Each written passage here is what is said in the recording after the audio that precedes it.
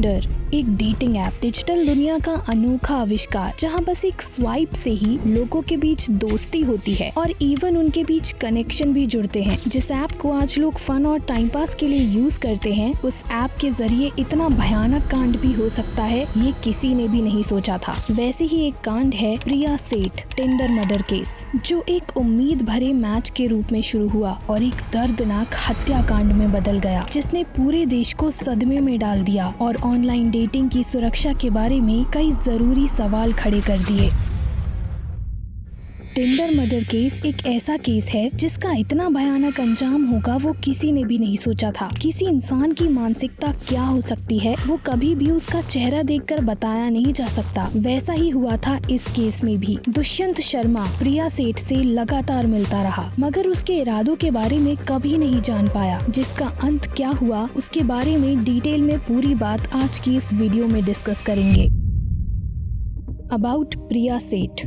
प्रिया सेठ, जो राजस्थान के पाली डिस्ट्रिक्ट के फालना विलेज से बिलोंग करती थी, उसका जन्म करीब 1990-1991 में हुआ था। वो बचपन से ही पढ़ाई लिखाई, डिबेट, स्पोर्ट्स और एक्स्ट्रा करिकुलम एक्टिविटीज में बहुत ज्यादा तेज और होशियार थी। उसका पूरा घर उसके अवार्ड्स और ट्रॉफी से भरा हुआ था। अकॉर्डिंग टू सोर्स, 12th में उसे 80% और 10th में उसे करीब 90% मिले थे। प्रिया इतनी होशियार थी, मगर उसकी एक बुरी आदत भी थी। उसकी बुरी आदत थी उसकी जिद। अगर उसे कुछ चीज पसंद आ जाए तो वो उसे चाहिए ही होती थी। उसके लिए वो कुछ भी करने को तैयार होती थी। प्रिया एक एवरेज मिडिल क्लास फैमिली को बिलोंग करती थी। उसके घर में ऑलमोस्ट सब पढ़े लिखे थे। उसके दादाजी सिरोही में स्कूल प्रिंसिपल थे। उसके फादर फालना में पॉलिटिकल साइंस सब्जेक्ट के लेक्चरर थे और उसके फूफा जी भी जोधपुर यूनिवर्सिटी के प्रोफेसर थे। इसलिए प्रिया के पेरेंट्स को भी उससे यही उम्मीद थी कि वो भी पढ़े लिखे और प्रोफेसर बने। यही सपने के साथ उसके पेरेंट्स उसकी आगे की पढ़ाई के लिए उसे जयपुर भेज देते हैं, जहां प्रिया के नाना नानी रहते थे। प्रिया भी कुछ वक्त तक उन्हीं के साथ रही थी, मगर प्रिया को अपनी जिंदगी में पूरी फ्रीडम चाहिए थी। वो पार्टीज में से लेट आती थी, इसलिए उसके नाना नानी उसे टोकते थे, तो वो उसे बिल्कुल पसंद नहीं था। इसलिए कुछ वक्त बाद ही वो मानसरोवर में अकेले रहने लगी। उसके पेरेंट्स उसे मंथली 20,000 रुपए खर्चे के लिए देते थे, मगर उसके शौक बहुत बड़े होने की वजह से उसे इतने पैसे कम पड़ते थे। उसे इससे ज्यादा पैसे चाहिए थे, इसलिए वो जॉब ढूंढने लगी। मगर उसका जो कैरेक्टर था उसे वही हिसाब के लोग मिले। उसकी मुलाकात देह व्यापार से जुड़े एक शख्स से हुई, जिसमें प्रिया उसे लड़कियां सप्लाई करती थी और उसके बदले उसे कमीशन की मोटी रकम मिलती थी। वो पैसे के पीछे इतनी पागल थी कि उसने एक बार भी ये नहीं सोचा कि ये काम सही है या गलत। वो इतनी होशियार और शातिर थी कि कुछ ही वक्त में वो ये सारा गेम समझ चुकी थी और उसके लालची स्वभाव के कारण उसे लगा कि कमीशन पर काम करके थोड़े पैसे कमाने से अच्छा ये होगा कि वो खुद ही अपना व्यवसाय शुरू कर दे। इसी सोच के चलते उसने कई एस्कॉर्ट वेबसाइट भी बनाई थी। उसने अपनी वेबसाइट पर कई लड़कियों के पिक्चर्स लगाए थे, मगर वो इतनी तेज थी कि वो ये काम अकेले ही संभालती थी। ये सारे फोटोज में वो अपनी सबसे खूबसूरत फोटोज लगाती थी ताकि लोग उसे ही अप्रोच करें। इस वेबसाइट के जरिए वो 35-40 वर्ष के मर्दों को सोशल मीडिया के जरिए टारगेट करती थी। उसमें कुछ ऐसी बात थी कि वो जब होटल में किसी से मिलने जाती तब वो कुछ ही मिनट में किसी को भी अपनी बातों में उतार सकती थी और उसकी डिमांड होती थी कि पूरा पैसा उसे एडवांस में दिया जाए और वो उस शख्स के साथ वक्त गुजारे बिना ही पैसे लेकर फरार हो जाती थी। वो उन लोगों को टारगेट करती थी जो अपनी लाइफ में सेटल हैं, जिनकी समाज में इज्जत है, ताकि वो किसी का पैसा लेकर भाग जाए तब भी कोई उसकी पुलिस कंप्लेन ना कर पाए।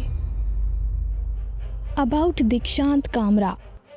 दीक्षांत कामरा एक मिडिल क्लास फैमिली से बिलोंग करता था। उसके फादर एक टीचर थे और उसकी मदर हाउसवाइफ थी। दीक्षांत अपना करियर मॉडलिंग में देखता था, मगर उसके फादर इसके खिलाफ थे। वो चाहते थे कि कामरा उन्हीं की तरह एक सेटल जॉब करे। इस बात को लेकर दोनों में अनबन होती थी। इसी वजह से कामरा ने अपना घर छोड़ दिया और वो दिल्ली में रहने लगा। अपनी स्कूल खत्म होने के बाद मॉडलिंग में ट्राई करने के लिए वो मुंबई चला गया, मगर वहाँ उसे सफलता नहीं मिली और पोर्टफोलियो बनाने में और दूसरी कई खर्चों की वजह से उस पे 25 से 30 लाख का कर्ज हो गया। इसी वजह से वो वापस जयपुर शिफ्ट हो गया था। जयपुर शिफ्ट होने के बाद कामरा अपने दोस्त के साथ रहने लगा। वहीं दूसरी तरफ टिंडर ऐप पर उसकी मुलाकात प्रिया से होती है। दोनों एक दूसरे से मिलने लगे और उनकी दोस्ती और गहरी होने लगी। कामरा ने अपनी कोई भी बात प्रिया से छुपाई नहीं थी। उसने अपने बारे में सब सच बताया था और दोनों एक सीरियस रिलेशनशिप में आते हैं और दोनों एक दूसरे के साथ बजाज नगर की अनीता कॉलोनी में रहने लगते हैं। वो दोनों एक दूसरे के लिए इतना सीरियस थे कि वो दोनों ने अपने हाथ पर एक दूसरे का टैटू भी बनवाया था।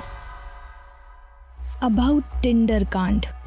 प्रिया को पैसों की इतनी ज्यादा लालच थी कि उसकी ये लालच अब हवस में बदल चुकी थी। वो दीक्षांत के साथ सीरियस रिलेशन में होने के बावजूद एस्कॉर्ट वेबसाइट चलाती रही और उसके थ्रू वो क्लाइंट से मिलती रही और उनसे पैसे लेती रही। इस दौरान उसकी मुलाकात टिंडर ऐप पर दिल्ली के बिजनेस टाइकून विवान कोहली नाम के शख्स से होती है, जो उस वक्त जयपुर में था। प्रिया जिसे बिजनेसमैन समझ रही थी, असल में वो एक फेक प्रोफाइल थी। विवान कोहली के फेक आईडी बनाने वाले शख्स का नाम दुष्यंत शर्मा था, जो एक लोअर मिडिल क्लास फैमिली को बिलोंग करता था। दुष्यंत एक छोटी सी माइनिंग फार्म में मैनेजर की जॉब करता था। उसके फादर एक रिटायर्ड गवर्नमेंट वर्कर थे और उसकी माँ हाउसवाइफ थी। दुष्यंत की एक ब्यूटीफुल वाइफ और उसका 1.5 साल का बेटा भी था। उसका स्वभाव एकदम शाय और इंट्रोवर्ट था। यही वजह थी कि उसने टिंडर पर एक फेक प्रोफाइल क्रिएट की थी, मगर प्रिया को तो उसमें अपना अगला शिकार नजर आ रहा था। फिर क्या, 2 झूठे लोग मिलते हैं और उनके बीच अफेयर शुरू होता है। दोनों कैफे और रेस्टोरेंट में एक दूसरे से मिलते रहते हैं। दूसरी ओर कामरा की परेशानी बढ़ती ही जा रही थी। उसने जो कर्ज लिया था उसे चुकाने का प्रेशर उस पे बढ़ता ही जा रहा था। प्रिया काफी चिल और फेयरलेस थी। उसने कामरा को बताया कि उसके पास एक ऐसा शिकार है जो उन लोगों की पैसों से मदद कर सकता है। और फिर क्या था, प्रिया अपना शातिर दिमाग चलाती है और विवान कोहली, जो दुष्यंत शर्मा ही था, उसे फंसाने का प्लान बनाती है। वो दोनों जब भी मिलते थे तब रेस्टोरेंट में ही मिलते थे, इसलिए प्रिया ने अपने प्लान के तहत विवान को अपने घर पर बुला लिया। दुष्यंत हमेशा वक्त से ऑफिस जाने के लिए घर से निकलता था और वक्त पर ही अपने घर आ जाता था, मगर उस दिन यानी 2 मई 2018 को वो प्रिया से मिलने जाने वाला था। इसलिए ऑफिस से घर आने के बाद वो अपने पापा की ऑल्टो कार लेकर वापस चला जाता है और घर में बताता है कि ऑफिस के काम से बाहर जा रहा है, कुछ ही वक्त में वापस आ जाएगा। मगर उस बेचारे को क्या पता था कि वो अपनी फैमिली को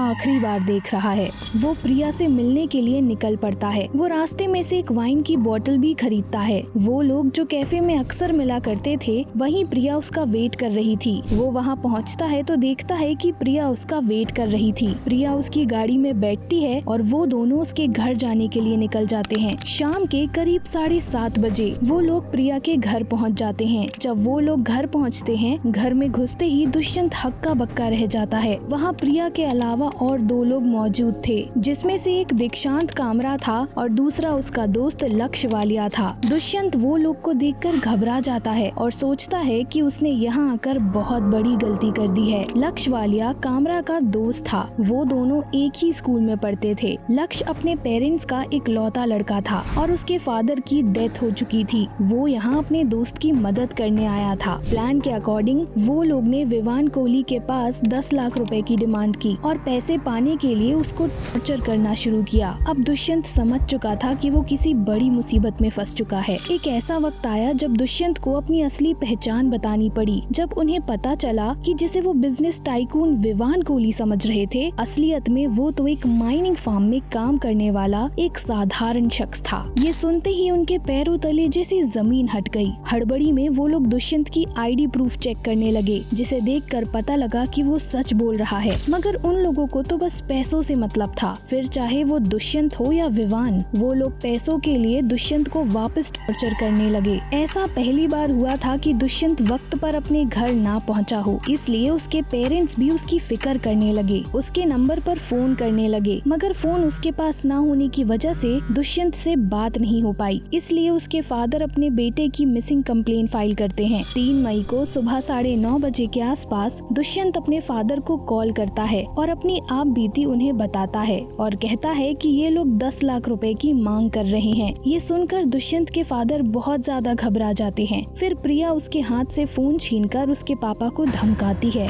उसके फादर प्रिया से कहते हैं कि मैं कुछ भी करके पैसे लाकर दूंगा, बस मेरे बेटे को कुछ मत करना, क्योंकि उसके पेरेंट्स ऑलरेडी अपने 2 बच्चे खो चुके थे और दुष्यंत उनका आखिरी जिंदा बच्चा था। दुष्यंत के फादर बैंक में रखी अपनी 3 लाख की एफडी को तोड़कर 3 लाख रुपए उन्हें ट्रांसफर करते हैं और बताते हैं कि बाकी के पैसों का इंतजाम भी शाम तक हो जाएगा। मगर प्रिया और उसके साथी दुष्यंत को जिंदा रखने का रिस्क नहीं लेना चाहते थे। उन्हें डर था कि अगर दुष्यंत को जिंदा छोड़ा तो वो लोग पकड़े जाएंगे, इसलिए वो लोग दुष्यंत को मारने का फैसला करते हैं। वो लोग पहले दुष्यंत का फेस पॉलिथीन से कवर करके उसे मारने की कोशिश करते हैं, मगर दुष्यंत को नहीं मार पाते हैं क्योंकि वो लोग भी प्रोफेशनल मर्डरर नहीं थे। इसलिए वो लोग वापस पिलो से दुष्यंत का मुंह दबाकर उसे मारने की कोशिश करते हैं, मगर फिर से नाकाम होते हैं। इसलिए गुस्से में प्रिया किचन से चाकू लेके आती है और दुष्यंत को मार देती है। वो लोग दुष्यंत की बॉडी के कई टुकड़े करते हैं और उसका मुंह भी चाकू से बिगाड़ देते हैं ताकि उसकी पहचान न हो सके।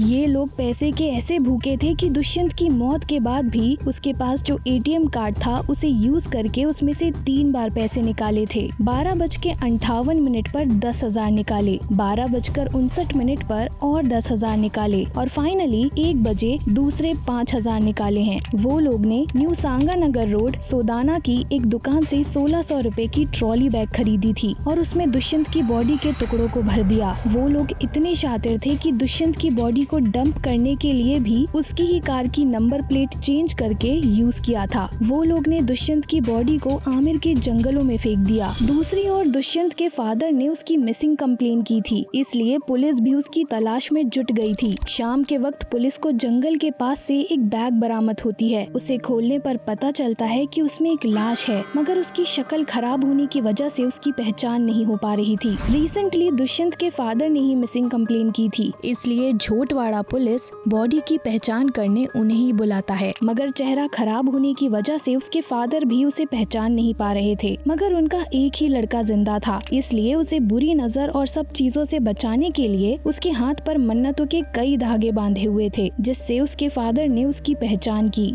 जब उनको पता चला कि वो दुष्यंत की ही बॉडी है तो वो बेहोश हो गए। अब पुलिस के सामने सवाल ये था कि ये मर्डर किसने किया है और क्यों किया है। इसी सवाल का जवाब जानने के लिए पुलिस ने सबसे पहले दुष्यंत के कॉल रिकॉर्ड्स निकलवाए, जिसपे से पता चला कि कुछ दिनों से दुष्यंत एक नंबर से लगातार कांटेक्ट में था और जब दुष्यंत का मर्डर हुआ तब वो फोन और दुष्यंत के फोन की लोकेशन एक ही जगह की थी। पुलिस ने वहां जाकर छानबीन की तो पता चला कि वहां एक लड़का और एक लड़की रहते हैं, लेकिन वो लोग फरार थे। पुलिस ने घर की जांच की और उस जांच में साबित हो गया कि दुष्यंत की हत्या इसी घर में हुई है। बस अब पुलिस प्रिया सेठ और उसके बॉयफ्रेंड की तलाश में जुट गई और अगले ही दिन यानी कि 4 मई की सुबह को वो दोनों गांधीनगर स्टेशन से फरार होने की तैयारी में थे और पुलिस ने उन्हें गिरफ्तार कर लिया। कुछ वक्त तक वो लोग अपना गुनाह कबूल करने से इनकार कर रहे थे, मगर पुलिस की शक्ति के आगे आखिरकार उन्होंने घुटने टेक दिए और अपना जुर्म कबूल लिया। पुलिस ने साथ ही लक्ष्य वालिया को भी गिरफ्तार कर लिया था। 24 नवंबर 2018 फ्राइडे को इन तीनों को धारा 342, 302, 201 और 120B के तहत दोषी पाया गया और इन तीनों को आजीवन कारावास की सजा सुनाई। प्रिया सेठ एक विकृत मानसिकता वाली और हद से ज्यादा पैसों की लालची औरत थी। टिंडर ऐप और अदर वेबसाइट तो उसका बस पैसा कमाने का एक जरिया था। अगर ये ना भी होता तो वो पैसों के लिए कोई भी हद पार करने के लिए तैयार थी। ना जाने कितने लोग उसके शिकार हुए थे। वो तब भी नहीं रुकी और वो दुष्यंत के मर्डर के बाद भी ना रुकती अगर वो पकड़ी ना जाती। दुष्यंत के मर्डर के बाद भी उसके चेहरे पर एक शिकन तक ना थी। उसे गम था तो बस इसी बात का कि वो पकड़ी गई है। इस केस ने आज की डिजिटल दुनिया और अदर ऑनलाइन साइट्स पर कई क्वेश्चन मार्क खड़े कर दिए हैं और दूसरी तरफ दुष्यंत का एक झूठ ही उसकी मौत का कारण बन गया। इस केस के बारे में आपकी क्या राय है, हमें कमेंट करके जरूर बताइए। मिलते हैं अगले वीडियो में, तब तक के लिए नमस्ते।